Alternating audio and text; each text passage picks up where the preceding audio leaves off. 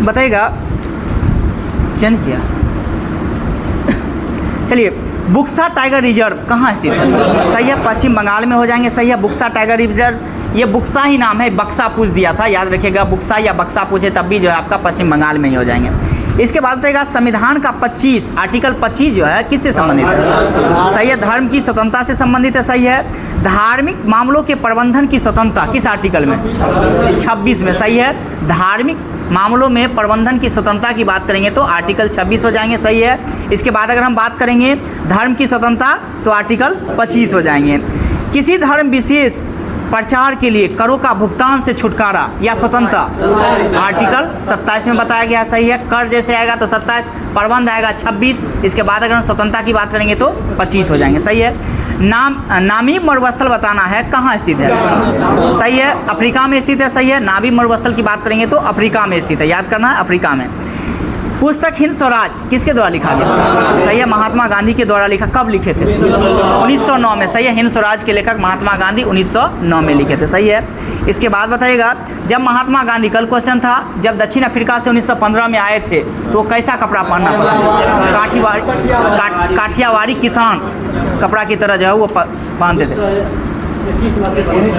1921 के बाद जो है वो धोती कुर्ता, वो कुर्ता जो था, धोती जो है वो पहनना पसंद किए। धोती असहयोग आंदोलन के दौरान, उससे पहले धोती नहीं पहनते थे, काठियावाड़ किसान की तरह वो कपड़ा पहनते थे। असहयोग आंदोलन के दौरान ही सही है, हाँ, तो वो जो है धोती पहनना पसंद किए थे। इसके बाद बताइएगा, अब क्वेश्चन मतलब फीलिंग के साथ किस प्रकार से कैसा क्या, बहुत सारी बात है, चलने लगा। पता ना, वर्तमान में केंद्रीय सतर्कता आयुक्त कौन है? पीके श्रीवास्तव। अभी वर्तमान में भी यही है, तो हमें पूछा भी गया था, 2023 से यही बने हुए हैं, पीके श्रीवास्तव। सही है, ये बताना है जो आपको केंद्रीय सतर्कता आयोग का गठन कब किया गया था? 1964 में। किस समिति के आयोग? सही है, संथानम समिति था। सही है, संथानम समिति के सिफारिश पे ही गठन किया गया था। संसद के दोनों सदनों की संयुक्त बैठक के लिए गणपूर्ति कितना होना चाहिए? 1/10 होना चाहिए। सही है, 1/10 हो जाएंगे। सही है, 1/10। इसके बाद बताइएगा, भारत में प्रतिवर्ष आर्थिक सर्वेक्षण कौन प्रकाशित करता है? सही है, वित्त मंत्रालय भारत सरकार के द्वारा ही किया जाता है। सही है, इसके बाद बताइएगा, जीवों के परीक्षित अवशेष क्या कहलाते हैं? सही है, जीवाश्म कहलाते हैं। सही है, जीवाश्म हो जाएंगे। इसके बाद बताइएगा, बाबू जगजीवन राम छात्रावास योजना का संबंध किस विद्यार्थी से संबंधित है? एससी से संबंधित है। सही है, इसमें लड़कियों के लिए ये योजना कब से चल रही है? सही है, 61 से 66 के दरमियान ही चल रही है। इसके बाद अगर लड़कों की बात करें तो इसमें लड़कों के लिए भी जो है 89-90 में स्टार्ट किया गया, यानी लड़कों के लिए भी इस योजना का लाभ मिलने लगा। उससे पहले लड़की की बात करें तो 61 से 66 में मिल रही थी। इसके बाद बताइएगा, क्वेश्चन है, कौन सी भारतीय कंपनी बहुराष्ट्रीय कंपनी नहीं है? ऑप्शन है आपका बीएसएनएल, टाटा मोटर्स। सही है, बीएसएनएल ही नहीं, यानी बहुराष्ट्रीय कंपनी का मतलब ये हो गया भारत के सिवा विदेश में नहीं है, अदर देश में ये कंपनी नहीं है। जैसे बीएसएनएल कंपनी सिर्फ और सिर्फ भारत में रिप्रेजेंट करती है, बाकी का अदर देश में वो रिप्रेजेंट नहीं करती है। तो ये आपका हो जाएंगे आंसर। इसके बाद बताना है, भारत की स्वदेशी लाइट कॉम्बैक्ट एयरक्राफ्ट तेजस ने अपनी हथियार क्षमता के 5वीं जनरेशन की कौन सा जो है air to air combat missile को जोड़ा है? पाइथन 5 है। सही है, पाइथन 5 है। किस जनरेशन का है? तो 5 है, तो 5 जनरेशन याद रखिएगा, 5 जनरेशन का। बिहार के कौन से राज्यपाल भारत के राष्ट्रपति बने थे? रामनाथ कोविंद। और रामनाथ कोविंद जो है भारत के कितने राष्ट्रपति बने? 14वें क्रम के राष्ट्रपति बने। अभी जो है कौन है? द्रौपदी मुर्मू। और किस क्रम के हैं? 15वें क्रम के राष्ट्रपति हैं। सही है, नाथपा जाकिर हुसैन भी बने थे। सही है, जाकिर हुसैन का संबंध लेकिन बिहार के रहने वाले नहीं थे, वो उत्तर प्रदेश के रहने वाले थे, लेकिन मूल रूप से उनका जन्म उत्तर प्रदेश में भी नहीं हुआ था, तमिलनाडु में हुआ था। हैदराबाद में, सॉरी हैदराबाद में हुआ था। तो राज्यपाल, हाँ राज्यपाल बने हुए हैं, राज्यपाल बने हुए राष्ट्रपति बिहार के जाकिर हुसैन ही है। प्रथम मुस्लिम राष्ट्रपति की बात करेंगे तो जाकिर हुसैन ही है। सही है, जाकिर हुसैन भी बने थे, भारत के बिहार के जो है राज्यपाल भी बने थे और भारत के राष्ट्रपति भी बने थे। इसके बाद बताना है आपको, Nathpa Jhakri hydel power project Bharat के किस राज्य में स्थित है? हिमाचल प्रदेश में हो जाएंगे। सही है, इसके बाद बताना है आपको, इंडियन नेशनल कांग्रेस के प्रथम अध्यक्ष कौन थे? सही है, WC बनर्जी हो जाएंगे। सही है, इसकी स्थापना कहाँ में हुआ था? बम्बई में, सही है। कब हुआ था? 28 दिसंबर 1885 को ना, 28 दिसंबर 1885 को हुआ था। कहाँ में? बम्बई में, गोकुलदास तेज प्रताप संस्कृत विश्वविद्यालय में। गोकुलदास तेज प्रताप संस्कृत विश्वविद्यालय में ही इसका गठन किया गया था। इसके बाद बताना है उस समय में अगर हम बात करेंगे गवर्नर जनरल या वायसराय, वायसराय कौन थे? डफरिन का कार्यकाल था, सही है। डफरिन का कार्यकाल चल रहा था। कितने प्रतिनिधि ने भाग लिए प्रथम में? 72 प्रतिनिधि। 72 प्रतिनिधि के भाग लेने के कारण किस व्यक्ति ने ये टिप्पणी किए जो ये अल्प सूक्ष्मदर्शी का एक संस्था है? लॉर्ड डफरिन के द्वारा ही कहा गया ये छोटी सी संस्था है, ये तुच्छ संस्था है, उस पर ये टिप्पणी किए थे। इसके बाद बताना है E20 अल्कोहल मिश्रित पेट्रोल है, क्या है ये? सॉरी, ये तो मिश्रित पेट्रोल नहीं है। E20 जो है क्या है? तो आपका एक मिश्रित अल्कोहल पेट्रोल है, सही है। E20 जो है एक मिश्रित अल्कोहल पेट्रोल है, सही है। इसके बाद बताइएगा, हाँ क्या बोले? एथेनॉल का मिश्रण, सही है। 20% इसमें एथेनॉल मिलाया जाता है, 20% जो है इसमें, हाँ भारत सरकार दिया है। 20% एथेनॉल का मिश्रण है। क्या चीज़? 2023 या हाँ 23 में ही शायद आया है। इसके बाद बताइएगा कौन सा एक आवश्यक तत्व है जिसका उपयोग प्रोटीन के निर्माण संश्लेषण में मदद करता है? नाइट्रोजन हो जाएंगे, सही है। नाइट्रोजन हो जाएंगे, सही है। नाइट्रोजन। कौन सा तत्व जो है पौधे की लंबाई को वृद्धि से रोकता है? हम तत्व पूछ रहे हैं, एलिमेंट। जिंक, जस्ता। जिंक जो है वो पौधे की वृद्धि जो है, जो बढ़ रहा है लंबाई, उसको रोकता है, यानी बौना करता है। वो जिंक नहीं कम करता होगा, कम करता है, बढ़ाता नहीं, वो कम ही करता है। इसके बाद बताइएगा अंतर्राष्ट्रीय शांति दिवस कब मनाया जाता है? 21 सितंबर को मनाते हैं, सही है। 21 सितंबर को अंतर्राष्ट्रीय शांति दिवस मनाते हैं। विश्व गठिया दिवस कब मनाते हैं? 12 अक्टूबर को मनाते हैं। विश्व शौचालय दिवस 19 नवंबर और पुरुष दिवस 19 नवंबर, दोनों एक दिन, शौचालय के साथ साथ पुरुष, तो 19 नवंबर। हाँ। भारतीय नौसेना दिवस 4 दिसंबर, सही है। 4 दिसंबर हो जाएंगे। यानी विश्व गठिया दिवस की बात किए तो 12 अक्टूबर हो जाएंगे। इसके बाद अंतर्राष्ट्रीय शांति दिवस की बात किए तो 21 सितंबर हो जाएंगे। विश्व शौचालय दिवस की बात किए तो 19 नवंबर हो जाएंगे। पुरुष दिवस की बात किए तो ये भी 19 नवंबर हो जाएंगे। और एक आपका नौसेना दिवस की बात किए तो 4 दिसंबर, सही है। 4 दिसंबर हो जाएंगे। इसके बाद बताइएगा बड़े स्क्रीन पर जेम्स बॉन्ड की भूमिका निभाने वाले प्रथम अभिनेता कौन थे? शॉन, इसका नाम है शॉन कॉनरी। शॉन कॉनरी है इसका नाम। इसके बाद बताइएगा भारतीय संविधान का कौन सा आर्टिकल जो है सर्वोच्च न्यायालय के बारे में उल्लेखित करता है? सही है, 124 करता है, सही है। इसके बाद बताइएगा IPL 2023 में किसने जीता था? चेन्नई। और 24 में कलकत्ता अब तक कितनी बार जो है IPL जीता? 3 बार। किसको हराया था? किस टीम को हराया था? हैदराबाद को हराया था, सही है। हैदराबाद को हराया था। इसके बाद अगर हम बात करेंगे जो कलकत्ता के कप्तान कौन रहे? श्रेयस अय्यर, सही है। श्रेयस अय्यर जो है कप्तान वहाँ के थे। इसके बाद बताइएगा भारत के राष्ट्रीय प्रतिदर्श सर्वेक्षण संगठन का क्या दायित्व है, उत्तरदायित्व है, इसका क्या काम है? सही है, अखिल भारतीय स्तर पर जो है बड़े पैमाने पर सर्वेक्षण रिपोर्ट जारी करना, सही है। इसके बाद बताइएगा NSSO की स्थापना कब हुआ था? 1950 में हुआ था, सही है। 1950 में हो जाएंगे। भारत सरकार का प्रथम लॉ ऑफिसर है कौन? सही, मानवादी हो जाएंगे। महानवादी की नियुक्ति किस आर्टिकल में है?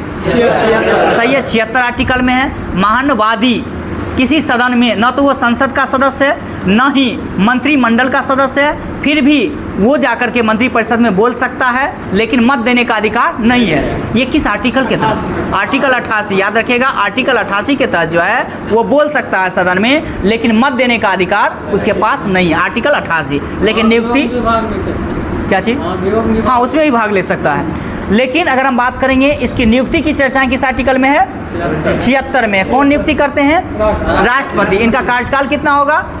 इसकी कोई निर्धारण नहीं है, यानी राष्ट्रपति के प्रसाद पर्यंत पर जो है ये पद धारण करते हैं, सही है। इसके बाद बताइएगा NVS-01 क्या है? NVS-01 जो है ये क्या है? उपग्रह है, सही है, सही है, उपग्रह है। इस उपग्रह को जो है NVS-01 उपग्रह को जो है किस व्हीकल से लॉन्च किया गया था? सही है, GSLV-F GSLV है, GSLV F12, GSLV F12 से जो है इस उपग्रह को लॉन्च किया गया था, जिसका नाम था NVS-01। इसके बाद बताइएगा, बोस कियाना गुलजार पर एक हिंदी पुस्तक किसके द्वारा संकलित की गई है? यशवंत व्यास। यशवंत व्यास ही किए हैं, सही है, यशवंत व्यास हो जाएंगे। नौजवान भारत सभा की स्थापना किसने किया? सही है, भगत सिंह के द्वारा ही किया गया। कब? 1926 में किया गया था। इनमें और व्यक्ति शामिल थे, कौन कौन? सही है, छबिलदास, यशपाल भी शामिल थे इसमें, तो याद रखना है। नौजवान सभा की स्थापना भगत सिंह, छबिलदास एवं यशपाल के द्वारा किया गया था। क्वेश्चन पूछ सकता है, छबिलदास इनमें से कौन से जो है नौजवान सभा में जो है सदस्य नहीं थे, या इसकी स्थापना किनके द्वारा नहीं किया गया था, इनमें से कौन सदस्य नहीं थे? याद रखिए, तीनों रखिएगा, भगत सिंह, इसके बाद छबिलदास और यशपाल। इसके बाद बताइएगा, तापमान का ऐसा यूनिट क्या है? सही है, केल्विन हो जाएंगे, सही है। इसके बाद बताइएगा, चारों पैमाना का संबंध बता सकते हैं कोई आदमी? जैसे डिग्री सेल्सियस, केल्विन, रोमर, ये सब का पैमाना का कोई लोग बताइएगा। इसका फार्मूला होता है ना निकालने का?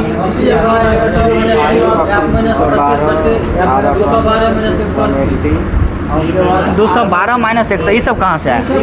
सुनिएगा बढ़िया से, एक बार सुन लीजिएगा, सबका रिलेशन हम अच्छा बोलिए। C/100 ठीक है, बराबर F-32 ठीक, ठीक है, बराबर मतलब R/80 ठीक है, बराबर K - 273/100। ठीक है, सही बोले, एक बार अच्छा से सुनिएगा। C/100 बराबर F-32/180 बराबर R/80 बराबर K - 273/100। तो ध्यान रखिएगा, जब आपसे ये पूछा जाए जल का क्वथनांक बिंदु, अगर हम बात करेंगे जल का क्वथनांक बिंदु जो है कितना डिग्री सेल्सियस होगा, तो 100 डिग्री सेल्सियस होगा। जल का क्वथनांक बिंदु 100। हिमांक पूछे तो 0 डिग्री सेल्सियस आ जाएंगे, सही है। हिमांक पूछे तो 0 डिग्री सेल्सियस हो जाएंगे, सही है। इसके बाद देगा, रोमर पैमाना पर जो है क्वथनांक बिंदु कितना डिग्री सेल्सियस, 80 हो जाएगा। और हिमांक की बात करेंगे तो 0। तो याद करना है सीधा सीधा, क्वथनांक जब पूछेगा ना तो दोनों को जोड़ देना है, यानी ऊपर में जो आप डाटा देख रहे हैं और नीचे में देख रहे हैं। जैसे कि मान के चलिए F-32 लिख रहे हैं और नीचे में 180 लिख रहे हैं, तो 180 और 32 को जोड़ देना, तो आपका क्वथनांक बन जाएगा। और सीधे हिमांक पूछेगा तो सीधा 32 ऊपर वाला, याद हो गया। जैसे कि रोमर में अगर पूछेगा हिमांक तो सीधा R/80 होता है, R/80, तो सीधा क्वथनांक जब पूछेगा तो क्वथनांक में R + 80 तो 80 रह जाएगा। लेकिन अगर हिमांक पूछेगा तो 0, ऊपर में कुछ नहीं है तो 0। इसी प्रकार जो है आपका फार्मूला है, आराम से आप याद कर सकते हैं इसको। इसके बाद बताइएगा, केबुल लामजाओ राष्ट्रीय उद्यान कहाँ स्थित है? सही है, मणिपुर में स्थित है। एकमात्र तैरता हुआ राष्ट्रीय उद्यान भी है, सही है। इसके बाद बताइएगा, प्रेरित विद्युत धारा की दिशा दी जाती है, ये आपका आंसर देना है फ्लेमिंग के किस नियम से? दायां हस्त नियम से, दायां हस्त नियम, याद रखिएगा। प्रेरित विद्युत धारा है, प्रेरित विद्युत धारा है। तो प्रेरित विद्युत धारा जो है फ्लेमिंग के दाएं हाथ से जो है कौन से उंगली को दर्शाता है? तर्जनी को। तर्जनी किसको कहते हैं? जो बीच वाला तर्जनी, सही बोल रहे हैं, इस वाला को कहते हैं। इसको मध्यमा कहते हैं ना, इसको मध्यमा कहते हैं, इसको तर्जनी कहते हैं।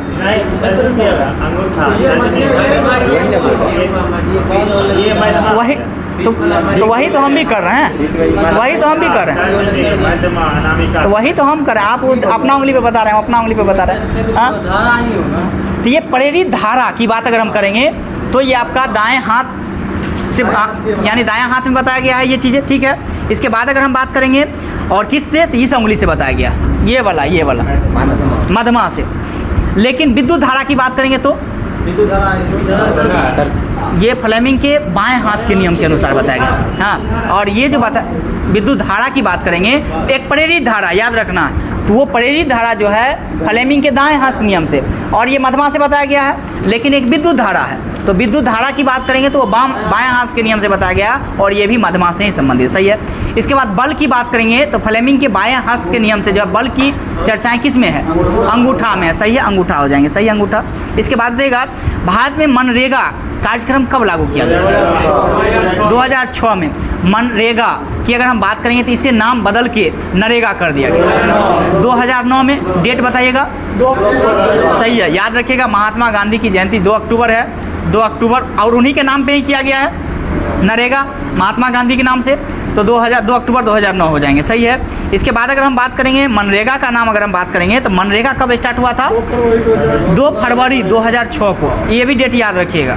2 फरवरी 2006 को आपका हो जाएगा मनरेगा। और नरेगा की बात करेंगे तो आपका 2 अक्टूबर 2009। इसके बाद बताइएगा आँख और उसके रोगों से संबंधित चिकित्सा शास्त्र की शाखा को क्या कहते हैं? ऑप्थेल्मोलॉजी। ऑप्थेल्मोलॉजी ये थोड़ा बड़ा नाम है, याद रखिएगा। इसके बाद दांत की चिकित्सा से संबंधित अध्ययन को क्या कहते हैं? ओडेंटोलॉजी। सही है। इसके बाद बताइएगा गुर्दे के अध्ययन को क्या कहते हैं? नेफ्रोलॉजी। गुर्दे के अध्ययन को नेफ्रोलॉजी। सही है। बीज के अध्ययन को एस्पर्मोलॉजी। सही है, एस्पर्मोलॉजी हो जाएंगे। पेशी के अध्ययन को सार्कोलॉजी। पेशी है, पेशी। पेशी के अध्ययन को सार्कोलॉजी। सही है, सार्कोलॉजी। सांप के अध्ययन को ऑफियोलॉजी। ऑफियोलॉजी हो जाएंगे। सांप के अध्ययन को ऑफियोलॉजी। उपार्जित लक्षण का अध्ययन क्या कहलाता है? सही है, टेंटोलॉजी। टेंटोलॉजी हो जाएंगे। सही है। इसके बाद मानव जाति के संस्कृति विकास का अध्ययन क्या कहलाता है? एंथ्रोपोलॉजी। सही है, एंथ्रोपोलॉजी हो जाएंगे। मानव जाति के संस्कृति लगा हुआ है तो आपका राइट आंसर होगा एंथ्रोपोलॉजी। लेकिन एक और जब देखिएगा तो मानव से ही जुड़ा हुआ होगा और उसका जो राइट आंसर आपका बन जाएगा जैसे कि शरीर के विभिन्न भागों के कार्य एवं विधियों का अध्ययन, फिजियोलॉजी। जैसे फिजियोथेरेपी से आप याद रख सकते हैं ना, फिजियोथेरेपी कराते हैं तो उसे फिजियो यानी उसके कार्यों के बारे में है, फिजियोलॉजी हो जाएंगे। इसके बाद बताइएगा औरंगजेब की मृत्यु जो यहाँ पूछा था कब हुआ था? 1707 में। औरंगजेब का जन्म कब हुआ था? 1618। सही है, 1618 में हुआ था। सही है, 1618 में हुआ था। इसके बाद बताइए औरंगजेब को कहाँ दफनाया गया? आगरा में पहले बर्बाद में था। दौलताबाद में। इसके सब को जो है दौलताबाद में जो है जाकर के दफनाया गया था, दौलताबाद। इसके बाद बताइएगा कोरापुट खान जो है भारत के किस राज्य में? ओडिशा में है। और ये किसके लिए संबंधित? सही है, बॉक्साइट के लिए। सही है, एल्युमिनियम के लिए ये संबंधित खाने हैं। इसके बाद बताइएगा जल के अणुओं की अर्धपारगम झिल्ली द्वारा गति कहलाती है, क्या कहलाती है? सही है, प्रासरण हो जाएंगे। सही है, प्रासरण हो जाएंगे। इसके बाद बताइएगा पौधे के पत्तियों के विभिन्न भागों में खाद्य पदार्थ का जो है समन्वय किस कारण होता है? ये भी प्रासरण के द्वारा ही होता है, प्रासरण के द्वारा ही होता है। इसके बाद बताइएगा प्रासरण के द्वारा ही पौधे के मूल रोम से जो है भूमि से जल का अवशोषण भी करता है, प्रासरण के द्वारा ही। पौधा जो है जल अवशोषण किसके द्वारा करता है? तो प्रासरण के द्वारा ही करता है। सही है। इसके बाद बताइएगा स्वच्छ जल से भरे बर्तन में इंक डालने पर इंक जल में संपूर्ण भाग में समा जाती है, ये किसके कारण? सही है, विसरण के कारण। विसरण याद रखिएगा, विसरण के कारण हो जाएंगे। सही है, विसरण हो जाएंगे। इसके बाद बताना है अगर रूम में जो है आप इत्र छीट दिए उसका सुगंध चारों ओर फैल जाना, ये भी विसरण के कारण ही। तो दो चीज़ है विसरण, एक तो आपका रूम में इत्र छीटे उससे यानी फैलाव, इसके बाद कोई पानी में आप इंक डाल दिए उसका फैलाव विसरण के कारण ही होता है। सही है। इसके बाद बताइएगा कोलाइवर पुल जो है कहाँ स्थित है? सही, बिहार में ही स्थित है। कोलाइवर पुल की बात करेंगे तो बिहार में स्थित है। और बिहार में किस नदी पर है? तो सोन नदी पर है। कोलाइवर पुल की बात करेंगे तो सोन नदी पर है। और ये कितना किलोमीटर का है? 1440 मीटर है। तो यहाँ यानी 1.4 मीटर कह सकते हैं, यानी 1440 मीटर है ये। मीटर में अगर हम बात करेंगे 1440 मीटर है। सही है। और ये जो है कोलाइवर पुल किसको किसको जोड़ता है? पटना से भोजपुर को जोड़ने का काम करता है। कोलाइवर पुल की बात करेंगे तो पटना से भोजपुर को जोड़ने का काम करता है। इसके बाद बताइएगा गौतम बुद्ध ने धर्मचक्र प्रवर्तक कहाँ से आरंभ किए थे? सही है, सारनाथ से आरंभ किए थे। सही है, सारनाथ से किए थे। सही है। इसके बाद बताइएगा गौतम बुद्ध जो है महापरिनिर्वाण कहाँ हुआ था? महापरिनिर्वाण सही, कुशीनगर उत्तर प्रदेश में हुआ था। सही है, कुशीनगर के उत्तर प्रदेश में ही हो गया था। अगर हम गौतम बुद्ध की बात करेंगे तो गौतम बुद्ध के अगर हम बात करेंगे जन्म को लेकर के तो कहाँ हुआ था? लुम्बिनी नेपाल, कपिल वस्तु बोल सकते हैं, सही है, कपिल वस्तु लुम्बिनी नेपाल में। उनके पिताजी क्या थे? राजा थे, स्वाभाविक सी बात है ना। साकगन के मुखिया भी थे, राजा भी थे, हाँ, साकगन के मुखिया भी थे यानी राजा थे वहाँ के। इसके बाद बताना है आपको उनके माता का क्या नाम था? महामाया देवी, सही है, महामाया देवी। गौतम बुद्ध के बचपन का नाम क्या था? सिद्धार्थ था, सही है। उनके पुत्र का नाम क्या था? राहुल। गौतम बुद्ध कितने वर्ष की अवस्था में गिरि त्याग किए?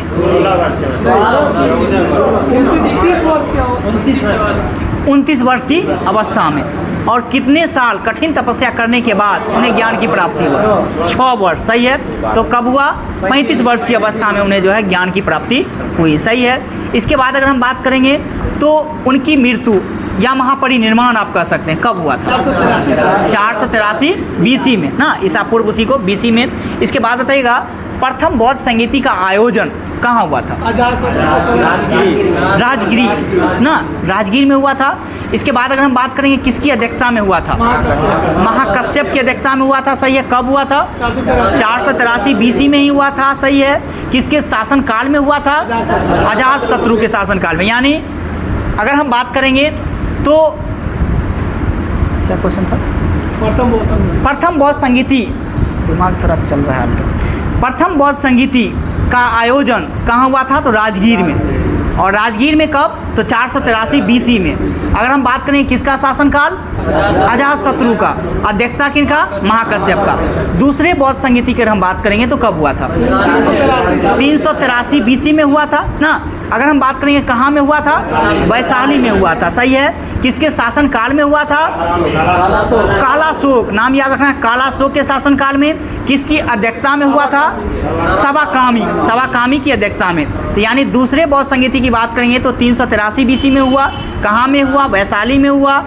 इसके बाद किसके शासन काल में हुआ? कालाशोक के शासन काल में हुआ। अध्यक्षता की बात की तो सवाकामी। तीसरे बौद्ध संगीति की अगर हम बात करेंगे तो कब हुआ था? 252 जो भी आप देखने का प्रयास करें, कहीं सारे बुक आपको 252 भी देंगे, कहीं 250 भी देंगे। तो ये आपको डेट पूछेगा नहीं, याद रखना है। कहाँ हुआ ये सब इंपॉर्टेंट है। अगर हम बात करेंगे कहाँ हुआ, तीसरे बौद्ध संगीति का आयोजन कहाँ हुआ? पाटलिपुत्र में हुआ था, सही है। पाटलिपुत्र में हुआ था। किसके शासनकाल में? शासनकाल अशोक का था। शासनकाल की बात करेंगे तो अशोक का शासनकाल था। इसके बाद अध्यक्षता की बात करेंगे तो मैगलीपुत्र तीसरे के द्वारा अध्यक्षता किया जा रहा था, सही है। इसके बाद चतुर्थ बौद्ध संगीति की बात करेंगे तो कब हुआ था? ईस्वी की प्रथम शताब्दी में ना, ईस्वी की प्रथम शताब्दी में ही हुआ था। 98 BC के लमसम में ये हुआ था। ईस्वी की प्रथम शताब्दी कहाँ में? कुंडलवन कश्मीर में हुआ था ना, कुंडलवन कश्मीर में हुआ था। और किसके शासनकाल में हुआ था? कनिष्क का शासनकाल था। इसकी अध्यक्षता की बात करें तो किसके द्वारा? वसुमित्र के द्वारा। और अशुघोष इसमें उपाध्यक्ष थे, याद रखना है। अध्यक्षता की बात करेंगे तो वसुमित्र और उपाध्यक्ष जो थे अशुघोष थे, सही है। इसके बाद जो है करेंट अफेयर्स चालू करते हैं। Current affairs